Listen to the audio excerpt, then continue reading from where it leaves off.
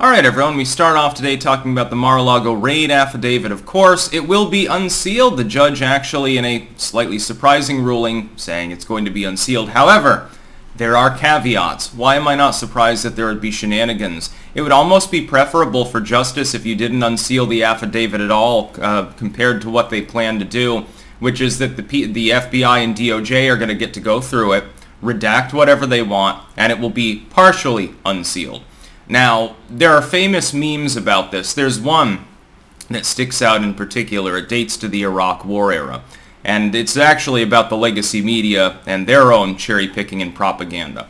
It's an image of a soldier, I believe an Iraqi soldier specifically, and two American soldiers. One of them is offering him water from a canteen. He's on the ground injured or exhausted, being offered water on one side. On the other side, there's another soldier with a gun. It's not actually pointed at him, but it looks like that if you focus in on it. And the legacy media can portray this in three different ways. If it shows you the whole image, you see a situation in which the enemy soldier has been injured and appears to be under guard, but is also being offered aid. But if the legacy media focuses on one side or the other, you get a totally different picture. On one side, all you see is an enemy soldier who's being held at gunpoint. On the other side, you see an enemy soldier being helped by your brave and your generous trooper there. He's being given water and aid by one of your forces. You can portray, therefore, the U.S. military with that one image in three entirely different ways. If you give people the whole story, it's much more nuanced than either of the two framings of it if you limit the amount of information that's actually being given to the person viewing the photograph. It's going to be the same fucking goddamn way here. If you give the unbridled ability to the government to redact whatever parts of the documentation that it wants, or to suggest to the judge redactions, I'm not sure which one would be the actual case, and then you unseal it, you are capable of painting a drastically different picture than what the entire unsealed affidavit would do. This will be cherry picking. It will be effectively a giant lie by omission. And I'm going to hazard a guess right now. They've got a week, apparently, to make the redactions or to fortify the document, to fortify the affidavit for public consumption.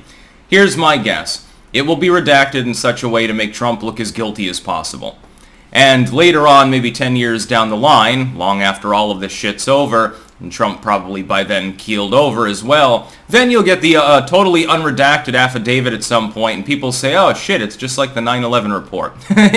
It's just like every other time the government is given the capability to self-police this material.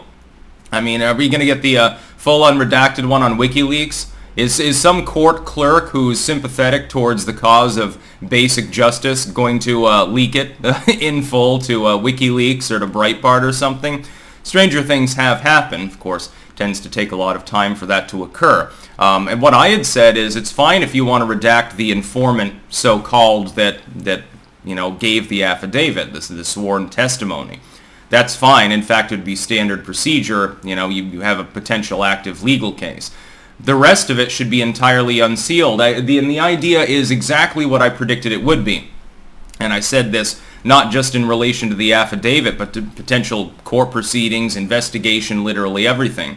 Which is that the idea is that the judge is telling them, okay, because this deals with top secret and classified material, you know, you have your ability to take the black marker and fix this document so that you're not giving away state secrets.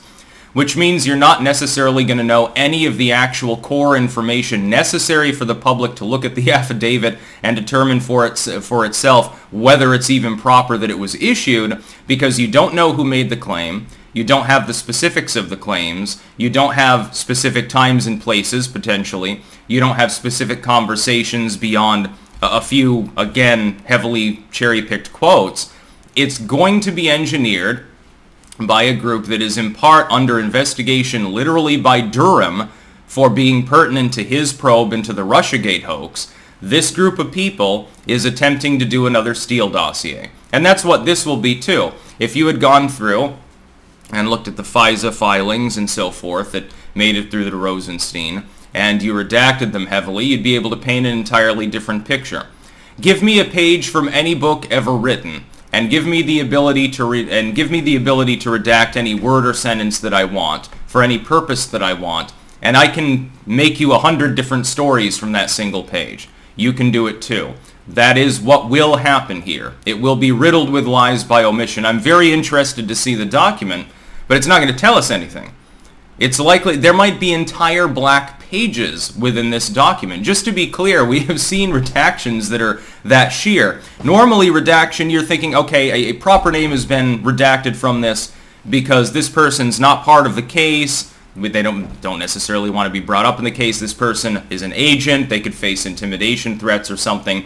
Okay, nobody really has a problem with that occurring. What is problematic is when you redact the hell out of the document to the point where it paints a different picture of reality than the reality that really is. Again, that will happen. I predicted it would. I think that unmedicated people knew that that would be the case if it was unsealed at all, and there were questions about whether the judge would even do so. This is a propaganda attempt.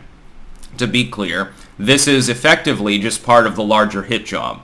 And in my mind is also, I mean, again, are Trump's people going to be able to go in there and look at the document as well and say, no, that redaction's not necessary, and then go before the court and say, look, we want this part unredacted? Is there going to be any quid pro quo going on with regards to the legalese there? Or is it just going to be Merrick Garland going through it with his magic marker? I have a feeling that it's effectively going to be the latter.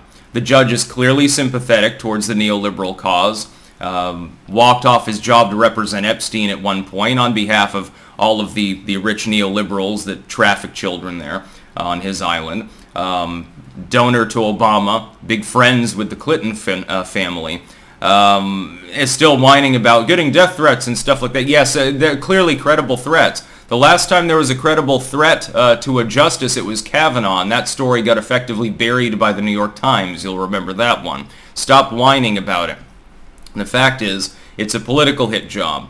In my mind, it's still mainly geared towards holding this over the head of MAGA in the midterms, which means, again, the timing is quite appropriate. It'll be basically September by the time the affidavit is released, and it'll be very much a lie by omission. And those lies, which is what they are, because it's not even a half-truth, potentially, you might have, again, more than half the document blacked out, will be disseminated by the legacy media, and they'll pick through a few quotes or a few items that are there and say, oh, well, Mr. X, who we can't name, is alleging that unspecified top-secret documents existed here. And evil Drumpf, he was totally on the phone talking to Vladimir Putin and giving him nuclear secrets, or something like that.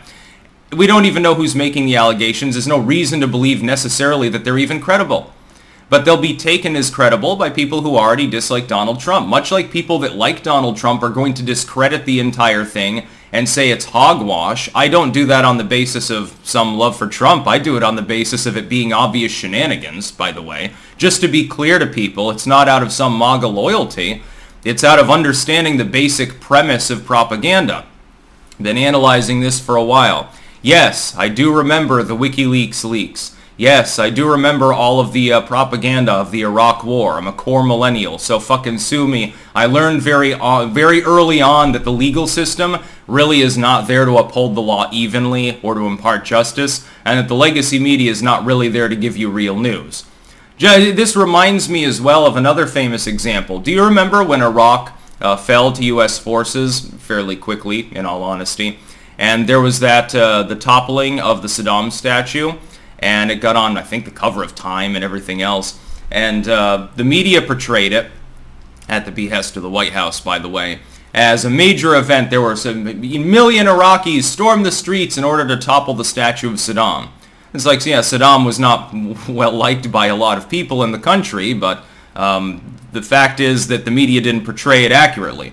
They said, oh, there's 20,000 people here beating the statue with their shoes to show derision for their former dictator. But then, months later, you got the panned-out shot, and you realized it was only a few hundred people, and organized by the U.S. military, actually, at the time. It wasn't an organic uprising of half of Baghdad. It was a small group of people that were participating. The rest, in all honesty, probably stayed home because they were afraid of reprisal by Saddam loyalists, but they weren't there now, were they? We were told that the crowd was 10 times larger. This is the same as what happened with the competing rallies. I believe it was in Texas between Beto and Trump during the election there. That was 2016. We were told that the Beto rally had like way more people than the Trump rally. And they gave pictures and footage from the stage with Beto and a really up-close crop shot with Trump in order to portray this false reality. People that actually watched both speeches live and reported by unbiased networks understood that Beto had a couple thousand people attending. It wasn't 10 plus thousand. And Trump had over 15,000 if you counted the people that were watching outside because there was overflow. We were told that the opposite was true. Clearly this is evidence that Trump is on his downturn in the election. The Democrats are riding high. Hey, maybe Beto will become nominee. They're trying to do that, by the way, now. Beto has taken up the same banner and is doing that almost every single fucking day on social media. Wow, so many more people showed up than we expected. Now show the empty seats at the back, Robert Francis. It'll be the same thing with the Mar-a-Lago affidavit unsealing. It'll be a pile of horseshit. In other words, for legal purposes, it'll be useless, which is why the liberal news media and why everyone that hates Trump will parrot it ad nauseum, pick through it for their favorite highly redacted parts, and say, wow, we finally got him. Orange Man is going down. That's about all. Peace out.